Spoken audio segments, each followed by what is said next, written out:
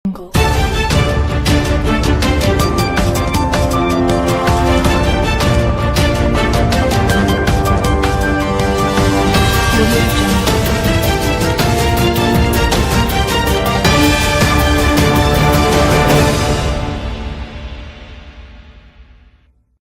જિલ્લા સોનગઢ રંગ ઉપવન ખાતે જિલ્લા કક્ષાનો 76મો વન મહોત્સવની ઉજવણી કરવામાં આવી.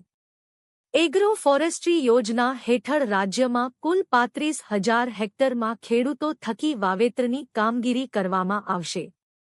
કાર્યક્રમમાં એક પેડ માં કે નામ અને વૃક્ષારોપણ વિશે સંપૂર્ણ માહિતી આપવામાં આવી. કાર્યક્રમના મુખ્ય મહેમાન મંત્રી શ્રી કુંવરજીભાઈ હળપતિ, જિલ્લા પ્રમુખ શ્રી સૂરજભાઈ વસાવા, ધારાસભ્ય શ્રી મોહનભાઈ કોકણી, ધારાસભ્ય શ્રી ડોક્ટર જયરામભાઈ ગામિત, જિલ્લા પંચાયત પ્રમુખ શ્રી જાલમસિંહ વસાવા તથા તાલુકા જિલ્લાના સામાજિક તથા રાજકીય આગેવાનો હોદ્દેદારો હાજર રહ્યા હતા. જ્યારે જુઓ મંત્રી શ્રી કુંવરજીભાઈ હળપતિએ શું કહ્યું.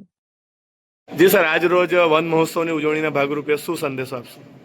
આજે તાપી જિલ્લાની પવિત્ર ધરતી તાપી માતાના ખોળામાં અમારો ગુજરાતનો એક જિલ્લા કક્ષાનો વન મહોત્સવ એટલે 76મો વન મહોત્સવની ઉજવણી આજે તાપી જિલ્લામાં અમે કરી છે.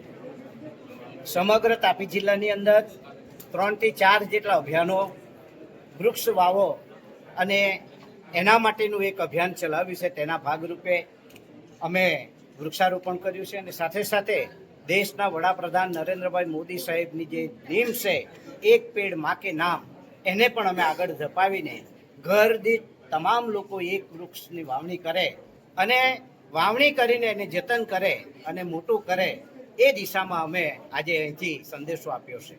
સર, યુવાઓને શું કહેશો? આજે યુવાઓ જે વસ્તુ હાથમાં લે છે તે સફળ થાય છે, તો યુવાઓને વૃક્ષારોપણ અંગે શું સંદેશ આપશો? તમામ યુવાને હું એમ કહું છું, કહેવા માંગુ છું કે આપણી જે ધરતી માતા છે એ ધરતી માતા ઉપર પોતાની માતા એટલે માતી માં, બીજા બધા વગડાના વાહ, એના નામે પણ એક પેડ જ્યારે નરેન્દ્રભાઈ મોદી સાહેબે વાવવા માટેનું કીધું હોય ત્યારે આજનો યુવાન એ પોતાના ઘરે, પોતાના આંગણામાં, પોતાના ખેતરોમાં, પંચાયત ઘરો ઉપર, નગરપાલિકા ઉપર જઈને એક વૃક્ષનું વાવેતર કરે એવો સંદેશ આજે હું એમને આપી રહ્યો છું. સર, અત્યારે 2-3 દિવસ પહેલા જન આક્રોશ રેલી કાઢવામાં આવી હતી અને કેટલાક કોંગ્રેસના નેતાઓ જે બહારથી પણ આવ્યા, બીજા જિલ્લામાંથી પણ, બીજા વિધાનસભામાંથી, ને એ લોકો એવું કીધું કે ભાઈ સ્થાનિક નેતાઓ આમાં સહકાર નથી આપતા, તો એ અંગે આપ શું કહેશો? તાપી જિલ્લો એ તાપી જિલ્લામાં નેતાઓની કોઈ ખોટ નથી. તાપી જિલ્લામાં જો નેતાઓની ખોટ હોય તો બીજા જિલ્લામાંથી ભાડુતી લાવવા પડે અને ભાડુતી લાવીને ભાજપ ઉપર પ્રહાર કરે ને જન આક્રોશ રેલી કરે તો પહેલામાં પહેલું એમના તરફ જ્યારે આપણે આંગળી કોકના પર ચીંધે છે ને ત્યારે એક આંગળી બીજા પર જાય છે, પણ 4 આંગળી એમના તરફ આવે છે. અને એમણે જે જન આક્રોશ રેલી કરી, ભાજપ ઉપર જન આક્રોશ રેલી કરે, શાના માટે કરો છો?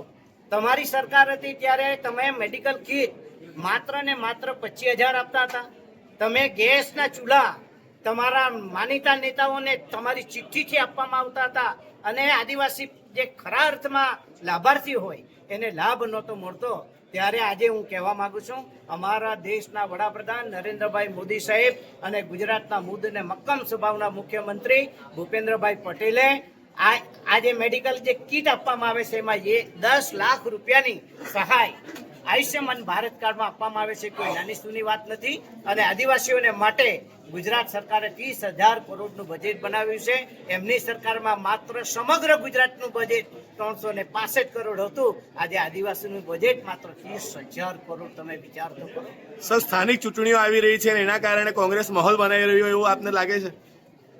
હું એ માટે ચોક્કસ કહીશ કે એમના પગ નીચેથી ધરતી સરકી રહેશે અને એટલા માટે તાપી લિંકની વાત પણ એ લોકો કરે છે અને સાથે સાથે રૂફટોપ સોલાર લાઇટની પણ વાત કરે છે. આવો કોઈ પ્રોજેક્ટ આ ઉકાઈ વિસ્તારમાં કે જંગલ વિસ્તારમાં આવવાનો નથી. એના માટે ધવલભાઈ પટેલ અને અમારા CR પાટીલ મુખ્યમંત્રી તમામ લોકો કહી ચૂક્યા છે કે અમે આવો કોઈ પ્રોજેક્ટ કરવાના નથી. એ તો માત્ર ને માત્ર સત્તા પર આવવા માટે હવત્યા મારી રહ્યા છે. અને કહું છું કે આ વખતે કુંવરજીભાઈ ને જયરામભાઈ, મોહનભાઈ, સુરજભાઈ અને જાલમસિંહ આ 4 નેતાને કોઈ કોંગ્રેસ પહોંચી વળે એમ નથી. 24 માંથી 24 તાલુકા પંચાયત અને જિલ્લા પંચાયત બેસાડું એમાં કોઈ શંકાનું સ્થાન નથી. જી સર, થેન્ક યુ.